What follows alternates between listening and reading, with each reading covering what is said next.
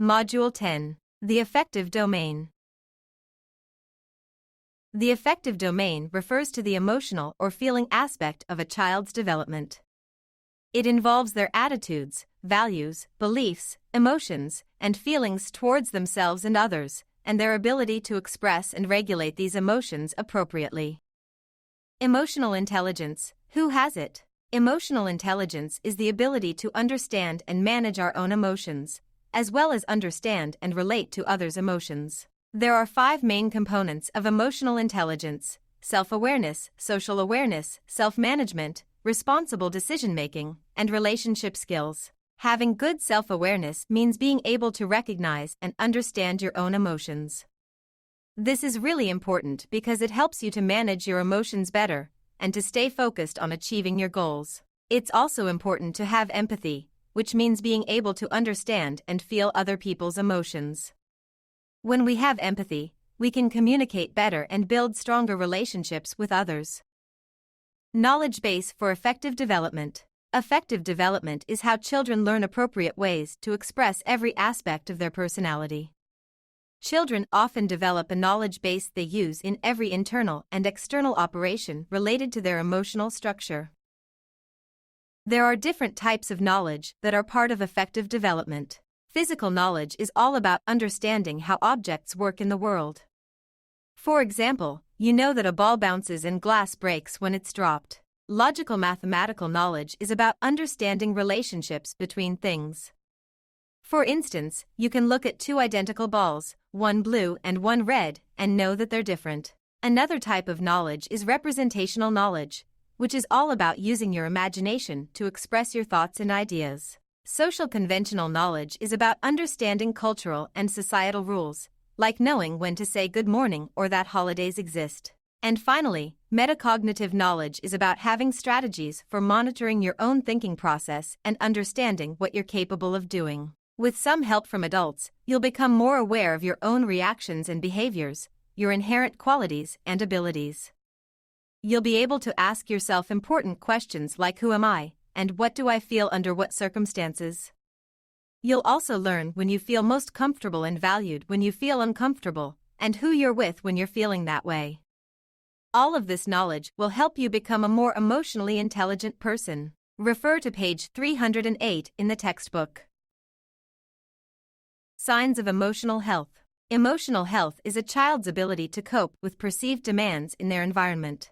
Here are some signs to look out for. Doing things that match their age and abilities, like learning new emotional skills, making friends and getting along with others, sticking to routines, like doing homework or chores on a schedule, playing and having fun, focusing for a while on something they're interested in, treating others with kindness and respect, feeling a wide range of emotions, from happy to sad and everything in between. Remember, it's normal to have different emotions and feelings, but being emotionally healthy means being able to manage them in a positive way.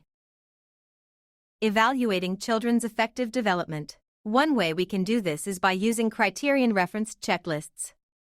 Basically, these are lists that help us see how a child is feeling based on certain criteria. Another way is by taking anecdotal records, which are just notes about what we observe a child doing or saying. And lastly, we can also use structured and informal observations. This just means that we watch how a child interacts with others and their environment, and see how they're feeling based on their behavior. Examples of core emotions: happy, mad, sad, afraid. Emotional repertoire. This means all the different emotions we can feel. It's important to be aware of our emotions, which is called self-awareness. When we feel good about ourselves, that's called self-esteem. It's also important to have self-respect, which means we treat ourselves well. We need to believe in ourselves and our future, too. And when we feel like we're good at something, that's called feeling of competency.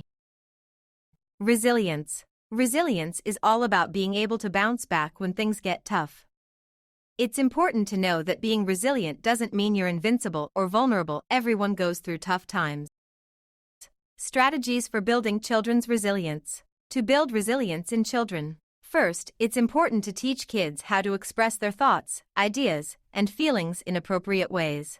It's also important to build strong connections and rapport in the classroom and get to know what's going on in kids' lives outside of school.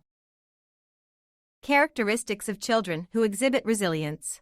So, what are some characteristics of kids who show resilience? They tend to exhibit social and adaptable temperament. They have good cognitive ability and problem-solving skills, effective emotional and behavioral regulation. They have self-confidence, high self-esteem, and self-efficacy. They have a positive outlook on life. They have faith and a sense of meaning in life. And lastly, a good sense of humor. Erikson's stage theory of emotional development. Erikson's theory explains how we grow emotionally from birth all the way through our lives. Erikson's theory developmental stages from birth to 12 years old and beyond that are characterized by a continuum with opposite emotional poles in each stage. According to Erikson's theory, there are 8 stages of development, each with its own unique emotional challenges. In the first stage, called trust versus mistrust, we learn to establish a trusting relationship with our primary caregiver. This sets the foundation for our future relationships. In the second stage, autonomy versus shame and doubt, we strive for independence and start to develop our own sense of self. Then, in the third stage, initiative versus guilt, we learn to plan and carry out activities. As we get older, we move on to the fourth stage, industry versus inferiority. This is when we start to focus on being productive and successful in our activities. In the fifth stage, identity versus role confusion, we establish our social and occupational identities. In the sixth stage, intimacy versus isolation, we form strong friendships and companionships with others. In the seventh stage, generativity versus stagnation, we focus on being productive in terms of family and work. Finally, in the eighth and last stage, ego integrity versus despair, we look back at our lives and try to see them as meaningful and productive.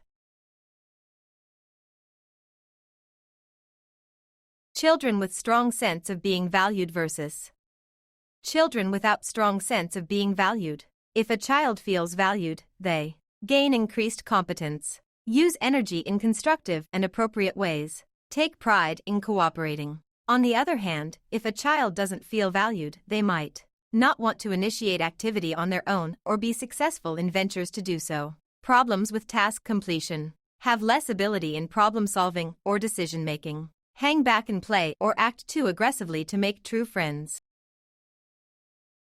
Teaching children to become competent and responsible workers. To teach children to become competent and responsible workers, teachers should have children engage in free choice activities, give children chances to carry out classroom jobs, encourage children to clean up after themselves,